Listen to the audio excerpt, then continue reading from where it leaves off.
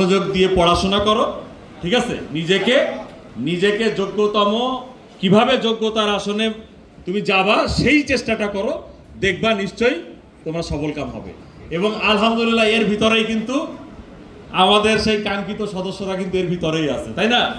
হ্যাঁ, police super হিসেবে আমি তোমাদেরকে শপথ পড়াই দিলাম, কিন্তু এখন তোমরা যদি এইটা নিজের বিপদ ডেকে নিয়ে আসো, তার দায়ভার কিন্তু তোমার উপরেও কিন্তু বর্তায়, ঠিক আছে? অন্যায় যে করে আর অন্যায়কে যে প্রশ্রয় দেয়, সম অপরাধী কিন্তু। এখন তুমি যদি কোনো দালালের খপ্পরে পড়ো অথবা কোনো বিভ্রান্তিকর খপ্পরে পড়ে যাও, তার দায়ভার কিন্তু তোমারও নেওয়া লাগবে, বোঝা গেছে? তো সুতরাং আমরা এগুলোর পিছনে অহেতুক দৌড়াদৌড়ি করে কোনো লাভ নাই। মনোযোগ দিয়ে পড়াশোনা করো, ঠিক আছে? নিজেকে যোগ্যতম কিভাবে যোগ্যতার আসনে তুমি যাবা সেই চেষ্টাটা করো, দেখবা নিশ্চয়ই তোমরা সফলকাম হবে। এবং আলহামদুলিল্লাহ এর ভিতরেই কিন্তু আমাদের সেই কাঙ্ক্ষিত সদস্যরা কিন্তু এর ভিতরেই আছে, তাই না? হ্যাঁ, এর ভিতরেই কিন্তু রয়েছে, এর ভিতরেই কিন্তু সেই সেরারা উঠে আসবে, তাই না?